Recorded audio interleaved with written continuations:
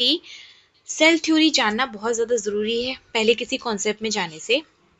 तो बेसिकली क्या होता है, स्केलिडियन और स्क्वान दो साइंटिस्ट थे, एक बोटेनिस्ट थे और एक जूलॉजिस्ट थे। इन्होंने क्या करा कि सेल थ्योरी को डिस्कवर करा। सेल थ्योरी के अकॉर्डिंग इन्होंने मतलब डिस्कवर किया, डेवलप करी इन्होंने। सेल थ्योरी डिस्कवर तो कर नहीं सकते, उसका डेवलपमेंट किया।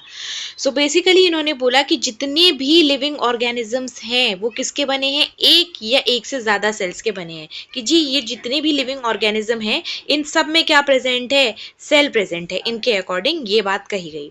दूसरा इन्होंने बोला हर एक लिविंग थिंग की स्ट्रक्चरल और फंडामेंटल यूनिट जो है वो सेल है। इन्होंने बोला हर एक लिविंग थिंग की स्ट्रक्चरल और उसकी फंडामेंटल यूनिट सेल है।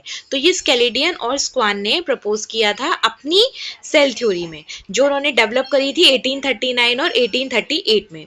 इसके बाद एक और भाई साहब आते हैं, रुडोल्फ वर्को। उन्होंने बोला ओमनिस सेल्यूला ई सेल्यूला, यानी कि कोई भी new cell pre existing cell से ही अराइज करती है। यानी कि ये जो सेल का डेवलपमेंट हुआ है ये पहले से ही रहने वाली सेल से हुआ है।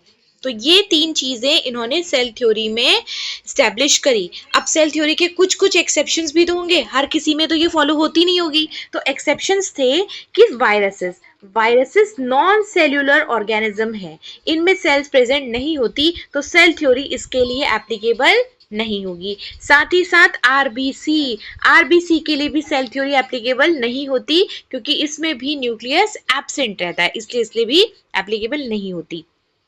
इसके साथ अगर हम बात करें सेल थ्योरी के साथ अकॉर्डिंग टू टाइम इसमें बहुत सारे चेंजेस भी आए हैं। चेंजेस इस तरीके से हैं कि सारे लिविंग ऑर्गेनिज्म सेल के बने हैं, सेल सबकी फंडामेंटल यूनिट है। उसके बाद प्री एग्जिस्टिंग सेल से सेल राइज होती है। साथ ही साथ एनर्जी का फ्लो भी वन सेल टू दूसरी सेल होता है। साथ ही साथ सेल जेनेटिक इंफॉर्मेशन भी कंट्रोल या कंटेन करती है। सो आज के लिए इतना ही, नेक्स्ट हम अगली बार में पढ़ेंगे।